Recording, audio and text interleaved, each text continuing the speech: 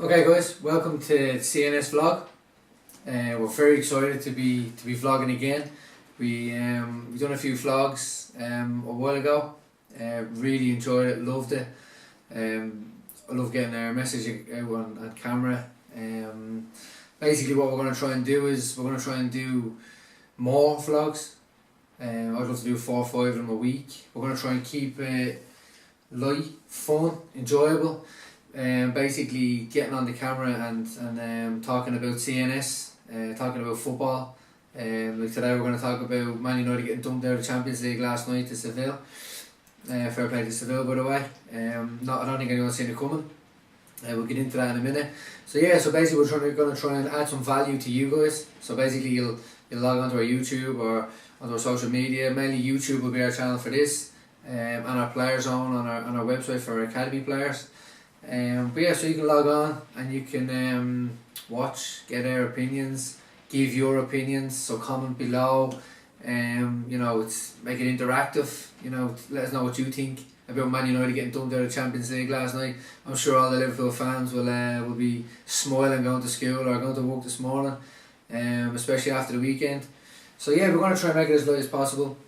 We'll start off here. This is our first one, so we'll have a little chat this morning. We've got guests lined up. We've got some players, some of our players, some coaches, some other guys from outside of CNS. I think our first one lined up is Dylan Barnett, who just recently signed for Waterford. So we'll get Dylan. We'll talk about everything Waterford and see how he's getting on. Just keep it light, keep it fun. We'll bring our vlog down to the club. And we'll do some down there. We'll do some here in the CNS HQ. So let's jump straight into it. So basically last night Man United played in the Champions League. What did we think of the game last night? So my opinion, I suppose, on the game was that after the weekend United had a good result against Liverpool. They played really well. As growing up in a kind of Man United fan, I was kind of proud of the performance. So I wouldn't say the style of play, but I'd say the performance. So the attitude, the commitment, the dedication from the players, the way they approached the game, attitude wise. So the way they played, not the style of play, but the way they played, the commitment to the performance, and did a really good result against a really strong Liverpool team. Bringing that off the back of that, then coming into last night, bearing in mind that the Seville game in the first leg was 0-0. I don't think United had a shot, maybe one. I know that Hay made a good few saves. We were coaching that night, so we got to see the second half. But when you're going away to Seville, you're trying to probably get a goal. It didn't look like you were trying to get a goal, which we've seen many times before with this United team under Mourinho. So last night it comes down to the straight shoot, see who can win the game. And to be honest, I was really disappointed with the style of play, the approach, the intent to win the game. The longer them games go on, the more you feel, if the home team don't score, if they nick one, it's going to change it's going to make it doubly as hard to get through. Because we don't longer need to get 1 goal now, we need to get 2. And when it got to about the 70th minute, and you're starting to think, is it going to go to penalties? And then they bring on Ben Yedder, and after 88 seconds, bang, 14 minutes to go, 12 minutes to go, Man United are in big trouble. I think then their heart went, and all of a sudden they get another one. Again, sloppy play from a corner. To summarise the performance, from a coach's point of view, where are they at? I didn't see a team trying to win the game. They had 4 shots on target into both legs. For me, that's not Manchester United. I always grew up as Man United being the team that would take the game with a scruff of the neck. The Fergie years. I know them years are gone and stuff like that, but at the end of the day, it wasn't just Fergie who had the attacking football at United. It was a long tradition of good attacking football teams. Manchester United were always a club that you know, entertained. And I think since Fergie left, since Moyes come in, and then Van Gaal, and then Mourinho, it hasn't been that. It really hasn't been that. I think they've lost their identity. You know, I think under Mourinho, I think they're very safe. Not much commitment going forward. You know, even if you watch the Chelsea game last week that they won, which was brilliant, they got the result. But you know, they don't commit many men ahead of the ball. Whereas, you know, if you look across the city at Pep, my favourite, you can see that they've got movement all over the pitch. They've got players risking getting forward, playing ahead of the ball. They've got interchanging movement ahead of the ball, making it difficult to play against. Whereas even if you take the United game of the weekend, it was really 2 balls up to Lukaku, targeting two players in the Liverpool back line and getting 2 goals, and pretty much sitting back down and, as Mourinho says, controlling the game. I, for one, as a Man United, grown up as a Man United fan, I don't like to see Man United controlling the game without the ball. Fair enough, when you play your Barcelonas and stuff, you have to, like as Fergie you've got to try and play that game. You know, but to be playing Seville at home with an opportunity to go through the last 8 of the Champions League, Manchester United got to control the game by controlling the ball and taking the game to Seville and beating them. I mean, all the pundits were on it. Ferdinand, Gerrard, Scholes, who were on the BT saying, 2-3-0 to United, comfortable. That's really realistically what it should have been, but it wasn't. Why? Everything stops with the manager. You know, if something goes wrong in CNS, it's on me. If something goes wrong in your team you're playing for, the manager is the one that has to look at, is to take it. And that's not always the case, because sometimes the manager will set the team up to play correctly and the players won't perform, and I get that. We're listening to Steven Gerrard last night, and he was just saying that, he felt that it was just an off night. But you can see Paul Scholes and Ferdinand were a little bit more agitated. Obviously they're ex-Man U, but watching United a lot, you can see that there's not much intent in them, and it's pretty safe, and it's kind of just about results.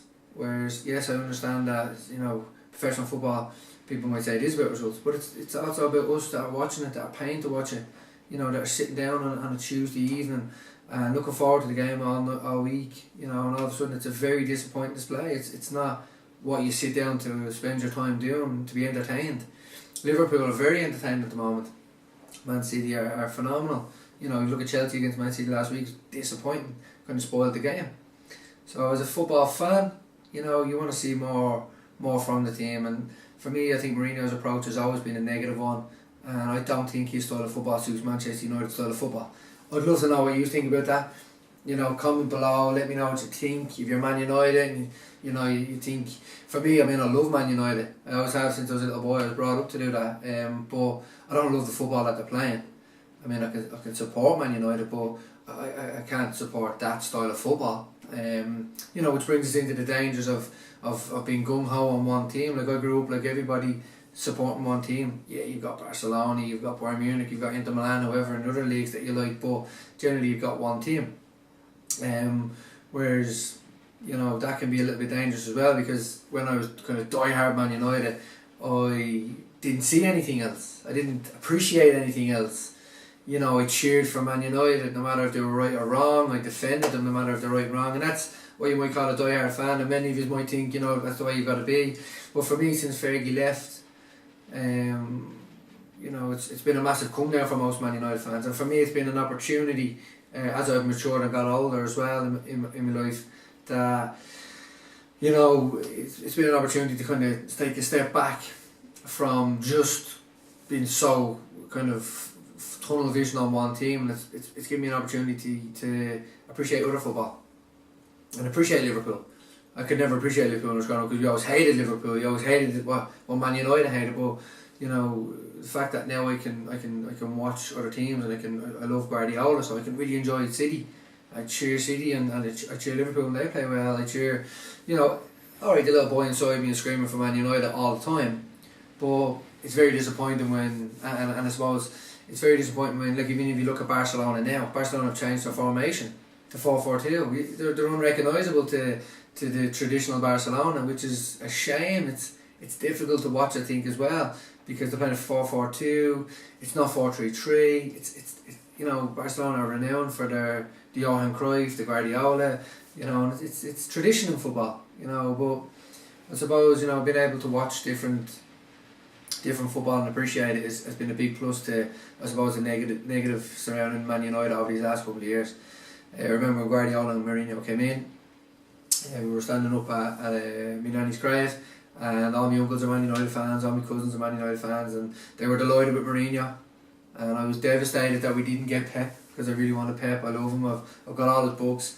He resonates with me. Mourinho's style of football doesn't. I don't like that egoistic kind of individualised kind of us against the world kind of type of mentality, kind of, you know, drama. And anywhere Mourinho's went, it's been drama. You know, any Liverpool fans you talk to, they're delighted that we have Mourinho, except for when we played him, because he kind of stifles them and he spoils that game as well, I think. But Guardiola, you know, is brave, is dominating the ball, you know they lost against Liverpool this year. I mean 4-3, but you know, they were praised after. That resonates with me. Anyone that knows my teams when I coached for clubs and stuff, they know that that's the way we played. We were brave, we got on it, we dominated the play, we developed the players first before results. We always got the results because the players went there with no fear.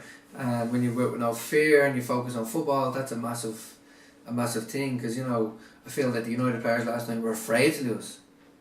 So they drew that to them, and inevitably I think that's why they lost. And I think that's why Mourinho doesn't commit too many men forward. I think that he sits back because of the fear of losing, which is a shame, because, you know, I think football is supposed to be enjoyed. So that's my take on it. Disappointed, didn't enjoy it. We'd love to know what you think. You know, comment below. Let's get it going. Let's get interacting on it. Let's get some debates going. Where do Man United go from here? I think first and foremost, I think they've got to get rid of Mourinho. I never approved of the appointment anyway. You know, sometimes you can get a little bit caught up in it when you have good days like Saturday, but you can't hide the fact that it's not Manchester United's way of playing. It's not the way that we like to see Manchester United playing. So for me, first thing they've got to do at the end of the season, they've got to get rid of him. He's a world-class manager, he's a great manager, but he doesn't suit Manchester United's philosophy. You know, you might see him giving Rashford an opportunity now. He's giving McTominay a little go. So, you know, what I'm about to say, you know, that might contradict this, but he is not the type of guy like that loves to bring young players through, which I think Manchester United are renowned for. I don't think you can hide the fact that that Rashford should be playing. It wasn't him that brought him through. It was Van Gaal. Okay, McTominay's broke on the scene since. We don't know what's going to happen with McTominay. And even last night in the big game, when McTominay done so well against Seville, so well against Chelsea, he brings Fellaini back in, who hasn't started the game since November. You know, what's that saying to McTominay, who has been phenomenal. You know, I feel that he should have played last night. You know, possibly, you know, I do like him and Matic in the midfield. I love Pogba. I think Mourinho's kind of hunting Pogba's development. Although I do think that Pogba needs to work harder and focus on the team defensively when he's on the pitch. He's got so much potential. But where do they go from here? I think number one, they've got to get rid of Mourinho. They've got to get somebody in that can get them back to playing entertaining, but be contenders for the trophies. Difficult to contend, as everyone's finding out this year with Man City, because they've got Pep. Pep's going to do his thing, and he's making the Premier League look easy.